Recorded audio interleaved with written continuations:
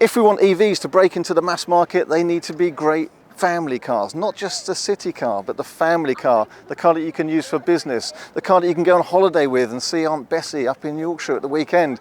So what we've done here today is gather together a number of electric vehicles which would make great family cars, and we're going to drive them from here, sunny Christchurch on a beautiful day, up to the other side of London. We're then going to stop and charge all together at the same time and see which one can charge quick enough to be able to make it back the first. So it's a test of both efficiency and charging speed. And to give you an idea just how long you would need to charge if you want to cover over 300 miles in a day just after you've done the school run, like I did this morning. Okay, so what have we got here? So let's start with the VW ID4. Now, we've already made a couple of videos with this car, and you'll see them in the link above, or just look at our other videos on our channel. The ID4 is exactly for this, breaking into the mass market, the car that you can do the school run with, go shopping with, and then use it for business, go and do a family trip at the weekend. So we've got the ID4 with its about 77 kilowatt hours usable capacity battery. Then we've got the Audi E-Tron. This is the car I've been using at the moment. It's a bigger car, it's a heavier car, it's a less efficient car. This has got about an 85 kilowatt hour battery, and I think if you like driving a Range Rover for the school run, this is a good replacement for that. And then we've got one of the most affordable family cars, the brilliant Hyundai Kona and the Kia E-Niro next to it here. Now these cars underneath are actually very similar. In fact, they're the same. They just have some different exterior styling. These cars are amongst the best value. They come well specified. They can be under £40,000 brand new, and they've got a 65 kilowatt hour usable capacity battery, which seems a bit smaller, but they're very efficient and known for being very, very efficient. So this will be really interesting to see how they compare. Then we've got one of our cars from the company, which is a Tesla Model S 85. This car's nearly 7 years old. Now, on the used market, these can be bought for £30,000, under £30,000. So can a 7-year-old £30,000 Tesla Model S really still compete in today's modern era? They're big cars, they make great family cars, I've had them for years. Then we have one of the latest benchmarks really, the Model 3 long range. Pretty hard to compete for this, for its efficiency and its charging speed. So this car should do well. Starting to see a lot of these in the school runs, available new from just over £40,000. And on the used market, well, they're down in the mid-30s now, so they're getting more affordable. This is a long range with the aero wheels, so pretty much as long and efficient as you can get for a modern Tesla. And then we have the Tesla Model X, another big car. We sell lots of these to people who are coming from Range Rovers, Land Rover Discoveries and other large vehicles. This is an X75D, so the smaller battery of the Model X range, which usually gives it a usable range of about 200 miles. It makes it more affordable. These on the used market can be had for about £50,000.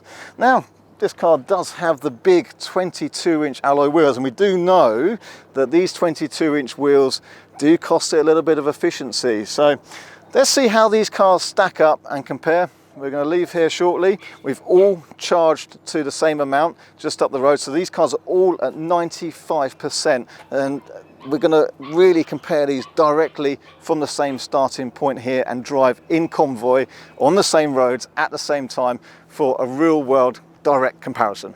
Okay, gentlemen, right, this is going to be a race from here up to point B, which was all discussed as grid serving Essex, and then we're going to see who would be able to get back here the first. Should we make it a bit of a race? We're going to drive in convoy, but let's make it a race. It's about that efficiency and charging. So, gentlemen, start your engines. Let's go.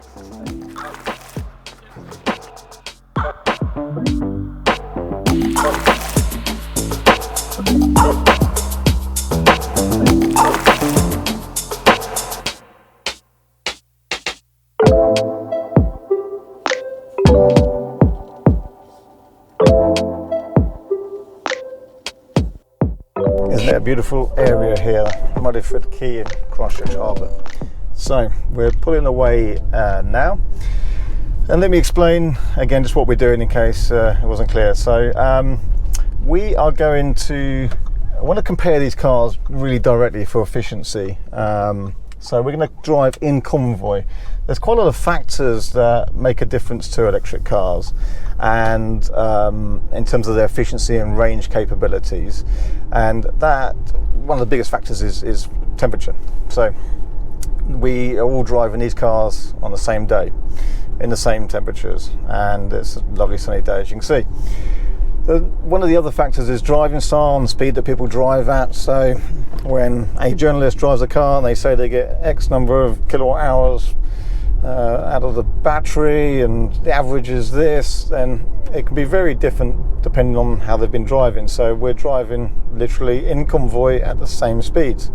So this is as direct as we can get, and we're going to do that going on it's 160 miles to this location called GridServe in Essex. And GridServe is this really great new big charging hub that they have in Braintree in Essex. So that's where we're heading. There's a mixture of roads. It's a few miles of 30 miles an hour city streets like now. Then we have some 60 miles an hour A roads for it's about 15 miles, and then the rest will be motorway 70 miles per hour. So we'll stick to 70 miles per hour. And with electric cars, the faster you go, actually the less efficient they can be. Around town is actually like this, is more efficient. It's kind of different to other vehicles. So the faster you go, the less efficient they can be. So this isn't really the best range you can get out of an electric car, but that's the point. This is real world range, and the numbers that you are quoted by manufacturers can often be a bit optimistic. So this is going to give you a really good estimate of the real world range capabilities of this car. So we're all charged to about 95%. We charged up at the same place, drove a couple of miles to that location there, and now we're setting off. And this will we're going to gauge how much percentage we've used first, so X amount of percentage using the battery, and that will be able to tell us, if we pro-rata that calculation, what we'd be able to get at 100%. So we're going to do that. Then we're going to see how long it takes to charge up enough to drive back.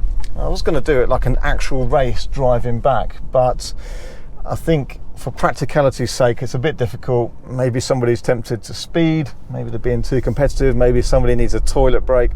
So we're going to charge up to the point where you would have enough charge to drive back. We know what percentage we would have used to drive there, and then you've got to make sure you charge to the point where you've got that left in the battery to drive back, plus a 10% buffer, just for allowance, rather than having exactly and arriving with zero. So you're going to charge to the amount that you're going to need to travel back, plus 10%, and we should know that percentage very accurately from this drive going up there. And that's the race, really. That's going to be the difference. You know, is one car going to take forever to get to that point, meaning that if you did the journey like this with the family or for business one day, you're going to be left there charging for ages? Or will they be quite similar? We don't know. This is where it's interesting, because you have all these different cars with different pros and cons, really. The Hyundai and the Kia are very efficient cars. They are known for being efficient in what they do, like having a car that does lots of miles per gallon. And then you have cars like this, which are much more inefficient, but they charge faster. So it's going to be quite an interesting comparison. And secondly, what I'd quite like to do is charge the cars up to 90%. So I want to go all the way up to 90% to then simulate if we were to put the cars back to basically where they are now, really.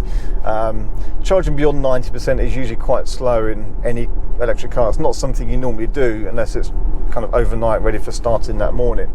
So we're going to charge back up to 90% as well, once we've timed all the other equivalents, and see just how long that takes, which car can do that the quickest. And that would be then a kind of simulation of if you wanted to stop for lunch and get it back to 90% to do another long drive, and then maybe you're driving across Europe or to Scotland. So give us an idea, if you wanted to actually bring the battery back up high, what that would take. So we've got a few things to do, a few things to measure. We're going to get on with the journey, enjoy this sunshine, and we'll see how this pans out. Should be very interesting.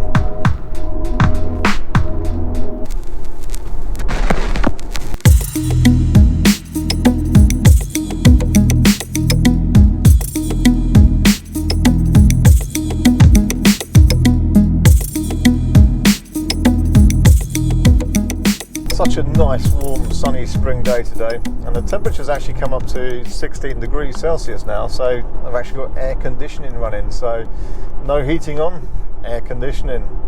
See if that makes a difference. So I have said to everybody to run their climate control so that they're comfortable. No sitting there in jumpers if they're cold. So everyone should have their climate controls on to remain comfortable. You can have eco mode on in the car as we're just sat here cruising, but everyone is to remain comfortable in the vehicle, just to make sure we got consistency. There's no point doing this when you're doing these tests if you have heating off and or sit in your car sweating. So comfortable conditions, real world. Car says 22 degrees, so it's warm, lovely, perfect for efficiency, and this has been the most efficient I've seen this car yet, I have to say. And it's perfect for trying to optimize charging speeds. And the reason for choosing this GridServe site in Braintree is basically the future of what refilling will be. It's the modern version of a petrol station, but loads of chargers. But crucially, they've got Tesla V3 superchargers on site, as well as 12 other 350 kilowatt chargers, so plenty there. And we will set the Teslas to the chargers as a destination, which means they would preheat if they want to preheat. Our Model S, as an old car, doesn't seem to do preheating, but the Model X and the Model 3 may well do. So just to answer any questions that people have been posting on recent videos, if the Teslas can preheat, they will do. If they can use the V3 superchargers, then they will do. I have heard they might be out of order though, so they may have to resort to the 350 kilowatt chargers, but I don't think it make any difference. They still deliver more than the cars can take. It'd be the car that restricts the charging speed, I should think. So we're doing our best, but this is a great site, and we're not too far off now. 19 miles to go.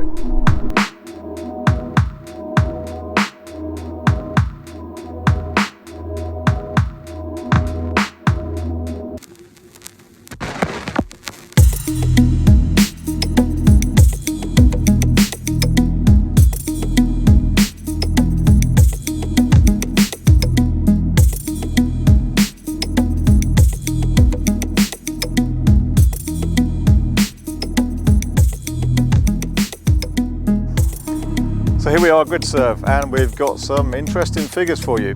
What a difference the temperature makes. It's really warmed up. The car's showing just over 20 degrees, unbelievably warm day, and it's made a real difference to economy.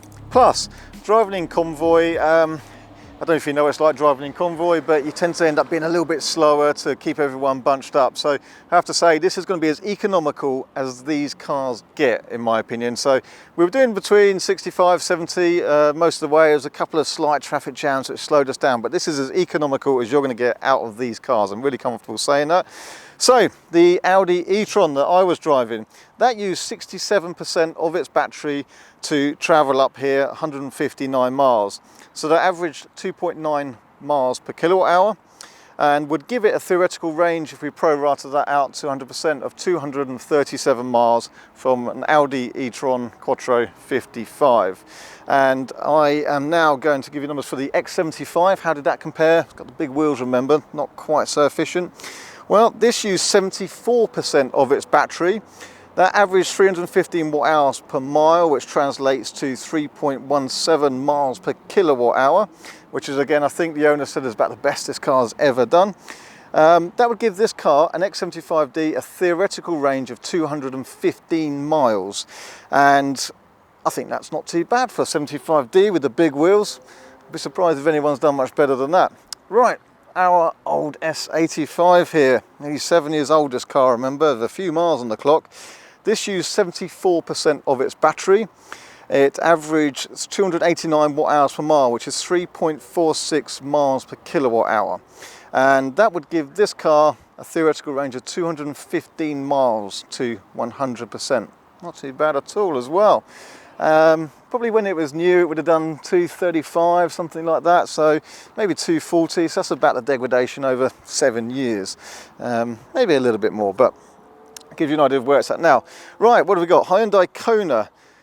This is really good. 52% of its battery used, and it averaged 4.7 miles per kilowatt hour. It's incredible, very efficient.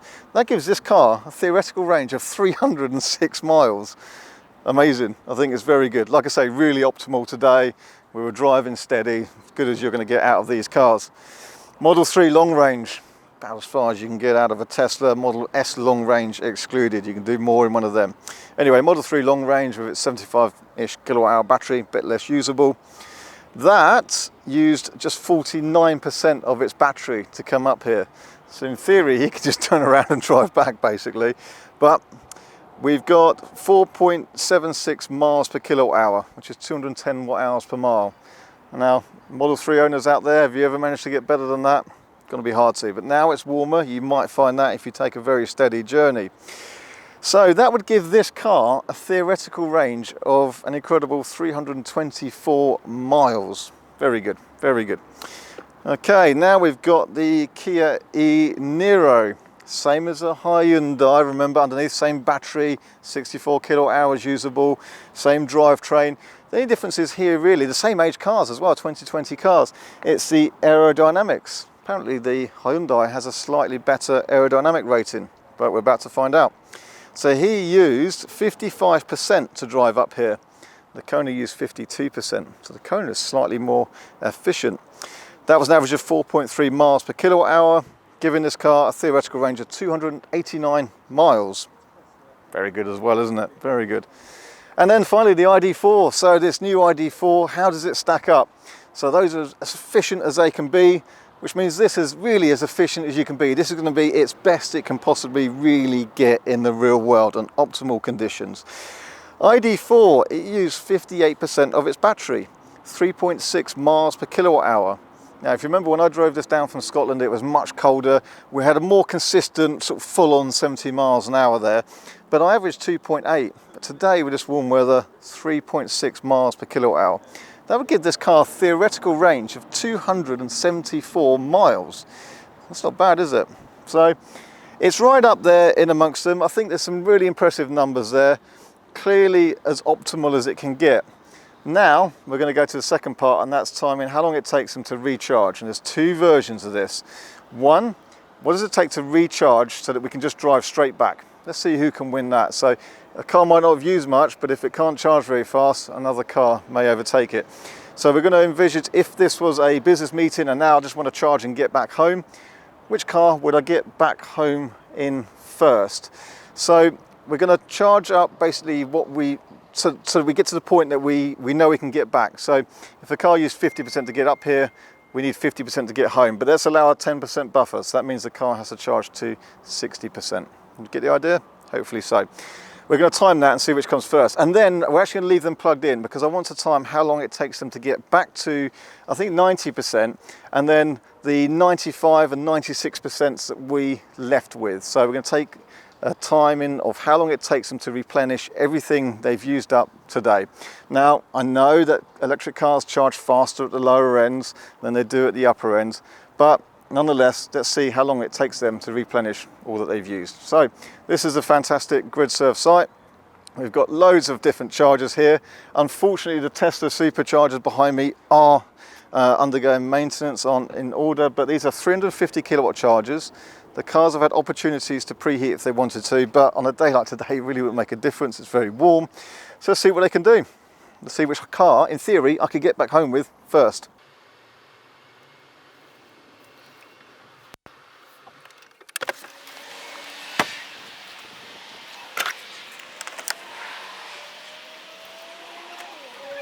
Okay, we're all charging.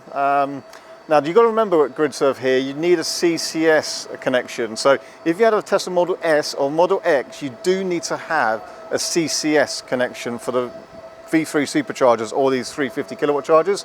Although there are some CHAdeMO connectors, but you need a CHAdeMO adapter for one of them. Anyway, they're all charging, so the race is on. So this is now recharging to replenishing what they would need to get back. So this, what have we got here? Hyundai Kona needs to get to 62%, and he's at 46 at the moment. Let's see how it's going. So he's pulling about, I think he said 53 kilowatts, so a little bit slow,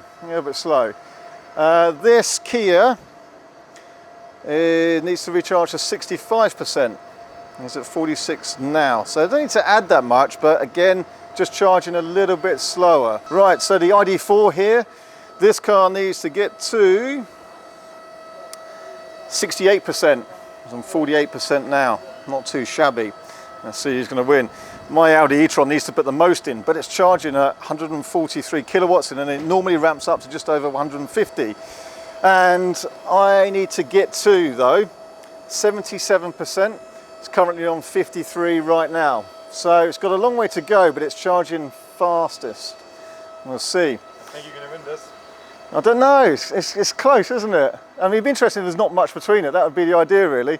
I'm about to get run over by one of our cars. So the Model 3 long range, the most efficient car here, he only needs to get to 59% and he's at 57% already. Oh, wow. Wow, okay, I think we know who might be winning this one then.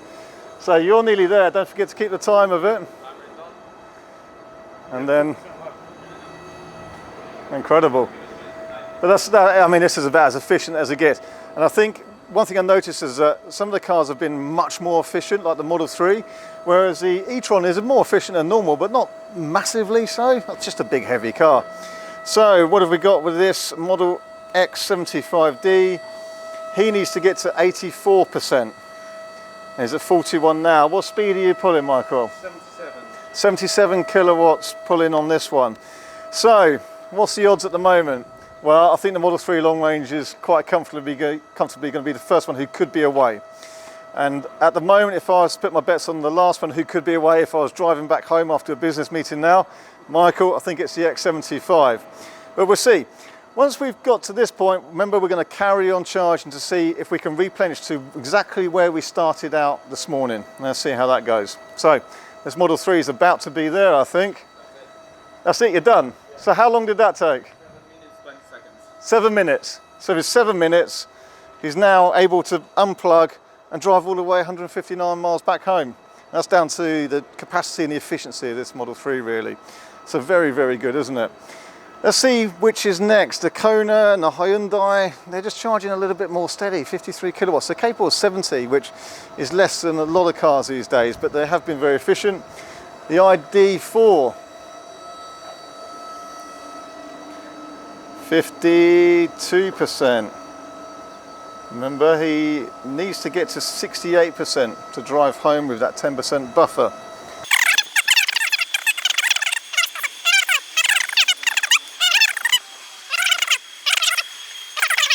148 kilowatt charging speed, even at 63%. This is an incredible thing about this car. Even at higher states of charge, it just carries on charging at this speed. Now, if you had to charge from a low state of charge back to full, this would easily beat any of the other cars here. I think even the Model 3 preheated on a V3 supercharger, sorry, but it just would. 149 kilowatts still at 64%. So it's catching up, and obviously it's going to use more electricity, so we'll be able to see how many kilowatt hours each car has needed to recharge. And those kilowatt hours will be the amount that the car's used and replenishing, but also it's going to be some heat losses in the charging process as well. So we did question that recently on another video, and people kindly pointed out that each car, when they're charging, you will see more kilowatt hours delivered than the car actually is charging the battery, and that's due to heat losses in the charging process. So yeah, if you have a Model 3 long range, you'll be going home by now. Let's see who's closest now. So I've still got, well, 11% to catch up on. Not too bad, is it really? Let's go. How far have you got to go, Mark? 56%. What have you got to get to? We're going to get to 68. Okay, 12%. So I think the Audi's ahead of the ID4. Let's see, we know the Model X is a way off, and there was a little bit of delay getting our Model S started on the charge. How long do you reckon, Serge, on the Model S? I'm on 25% now, and it's been going for 2.5 minutes. Okay, 2.5 minutes. So what speed are you pulling here? 72 kilowatts. What percentage is the battery now? 25. 25%, 72 kilowatts on these 350 chargers. I had to swap chargers because one of them was... Yeah, there was an issue there. I think we've got the CCS connection in this car, but sometimes there's connectivity and communication errors. Okay, we're getting there. So we're going to leave that Model 3 to continue charging. Let's go back to the Kia. So he's got to get 65% to be able to drive home. He's on 57% now. The Hyundai, 62% he needs. He's on 55% now. So this would be interesting. Can the Audi e-Tron, even though it needs to pump loads more in, it can sustain that higher charging speed to be able to do so? I need to keep an eye on it because it will soon be there, I reckon. Will I be second to a Model 3 long range? 70%, only 7% to go. See, it does catch up pretty well, doesn't it? Not too shabby, not too far behind. So remember, this is kind of simulating a day, like say I'd come up here for business or to see a family member. How long would I need to stop for to be able to then head back home? So it's not doing too bad. Now it was an efficient run up here, so we've got to allow, that's why we had this 10% buffer that if we're traveling back and there's a detour, it gets colder, can use a bit more energy. And that's why we're also going to carry on and see how long it takes the cars to get to 90% and then exactly where they were. Now the cars when we set off were 95 and 96% basically, as close as we can get them as we charged up the road and drove to that start point. So I think this one, maybe it will beat the Model 3 even. You never know, you never know. So this one had actually 96% when I left. So can it get to 96% before the Model 3 long range, which I think it can. is a 95%. You think it can? Yep. Vince behind the camera thinks it can. So it might not win the first race, but it might win the second race. So it's at 68% now, and this is where the Model 3 will be slowing down its charge. What's the speed it's pulling? 72 kilowatts. Remember that Audi, still doing 150 odd kilowatts. So let's go and check in on the Model X. What speed are you pulling on the Model X? 69. 69 kilowatts on the Model X. Did it do a preheat? Didn't want to do preheat. It's so warm, I don't think it'll make a difference. So he's up to 52% now. How long will it take the Model X to get back up to the percentage he had when we left, which was 98%? So you've got a way to go, haven't you? You've got to get to 84 to be able to drive home. Yeah. I'm catching up with the Model 3. The Model 3 is driving home already. He's gone. I'm using energy on my lights, so I left the ignition on. Down at 1%, yeah. 1%. Okay, so I'm going to grab a picture of this so I can log the timing. It's taken 16 minutes so far. So that's not too shabby really, and that's delivering a lot more power, which obviously would cost a bit more as well. And we'll work out some costs. There we go. 16 minutes, 26 seconds, and I've got enough to drive back. Not far behind the Model 3 long range really. It's quite impressive. Audi e-Tron, I'm going home. So the e-Tron's now gone to 82% charge, and this is where it does start slowing down. So it's come down from 150 kilowatts, which is what it does at 80%, and it just starts coming down, but it still charges pretty quick all the way through to 100%. It has a buffer, this car, for sure. Now it's a 95 kilowatt hour battery, and most people say that about 85 kilowatt hours are usable, so it's quite a big buffer to it. And you know, I've put 88 kilowatt hours into this car from very low, but remember there's some losses, so that's 80 kilowatt hours according to the charging unit, not the car. So most people consider this to be about an 85 kilowatt hour usable, and as you can see, 83. Done. Okay, so what have we got now? The Hyundai. Hyundai, 16 minutes of charging. Not too shabby really, is it? Okay, let's leave it charging. I want to see when you get to 90%, and then what you started on, which for yourself was exactly 95%, wasn't it? Okay, so the Kia E-Niro, we've got 19 minutes and 50 seconds to go home. Yeah, not too bad. Okay, so let's keep it charging now. Let's get to 90%, give me a shout. And let's get you to 94%, which is the full replenishment of what you used. Okay. Now, ideally, if you had to replenish everything you used, but we left at 70%, and so you arrived here at 5%, I know that would be quicker. I know that electric cars charge faster at the lower end, so thank you for the comments. I'm sure they're on their way now, but I'm aware that that happens. Okay, 19 minutes, there we go. 87% charging at 90 kilowatts on the Audi. So this is very nearly up to 90% now. Not bad, not bad. So the Model 3 long range is now charging at 57%, and he's at 79%. So the Audi e-Tron, in terms of actual charge capacity in the car, has overtaken the Model 3 quite comfortably now. That's at pretty much 90%, this is at 79%. So I think this is a different driving patterns with the e-Tron, mean that you can kind of stop whenever the charge. We know that every other electric car, the charging pattern slows down as it gets more full.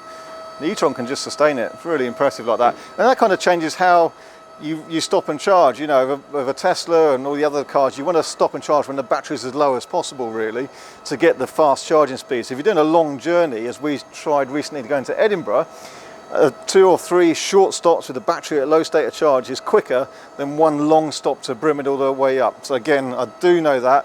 This is just a test, remember, we're just playing. So 85% charge on the Model 3, pulling 49 kilowatts. So you can see how it has slowed down. Wouldn't it be good if the Tesla, if this could charge as fast as the Audi all the way through, would be quite something, wouldn't it? But I think Tesla know what they're doing, so it's probably like that for a reason, to be fair. I know it'd be like it for a reason. They know better than I, of course. And where are we at? 95%. Right, so this is where, in 1% time, I have fully replenished everything I've used. There we go, 27 minutes and 50 seconds. I better check on mine because I have to unplug mine in a second. Sorry to say, I better go and park it out of the way. 98%, 30 minutes. Not bad. Still 56 kilowatts. And it's still pulling 56 kilowatts right to the end. Yeah, very good. Very good. So, and the Tesla's only pulling 40 something kilowatts now, I think. So let's see what the Model 3, to replenish everything it used. Is it there yet?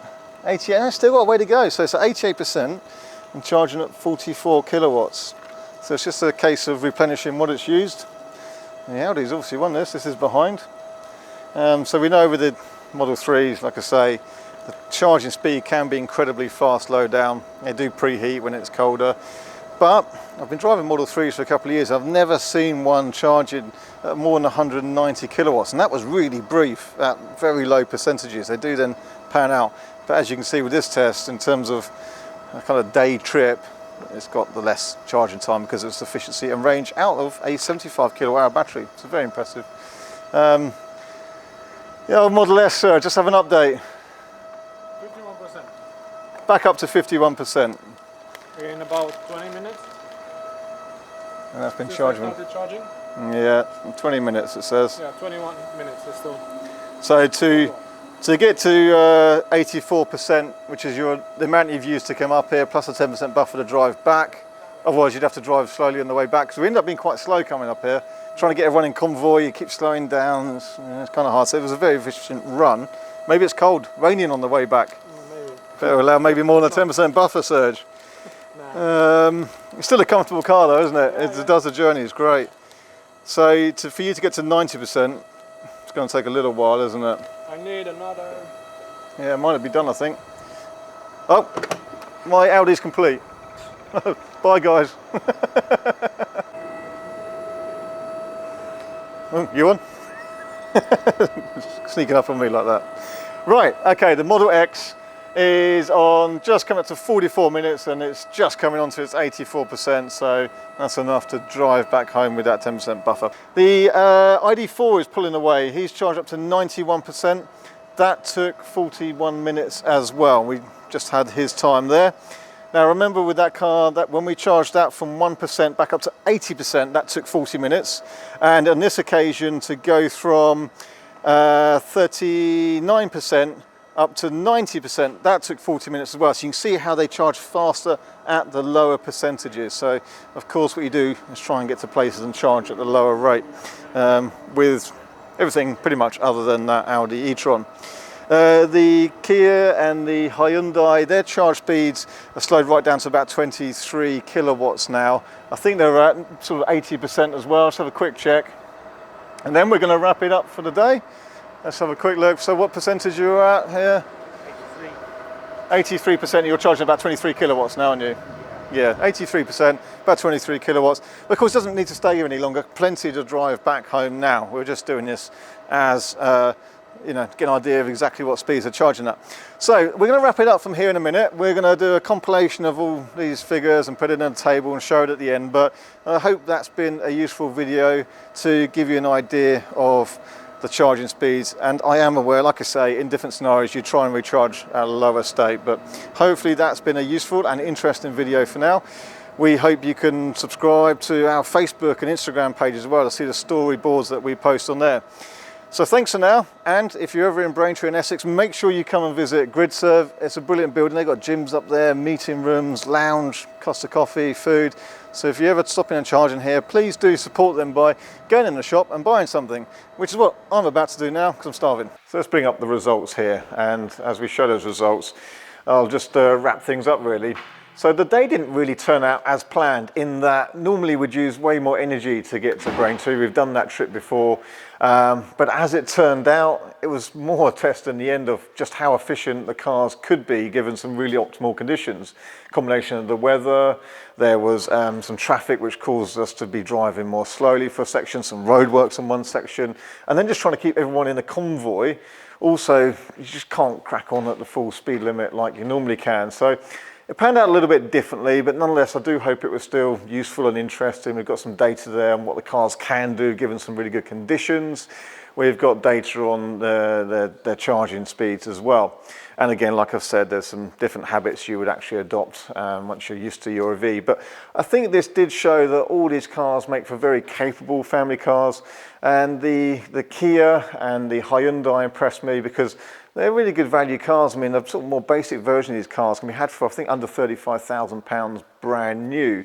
So they might not have the top end charging speed or even the charging speed at the lower end, but you can see their efficiency can really make long journeys still very easily. So you can see how these electric vehicles, there's some pros and cons of each. They work in different ways. And it's quite interesting to compare. Always a case of different cars suit different people for different needs. But I hope you can see they're all very capable family cars. So bye for now. Thanks for watching.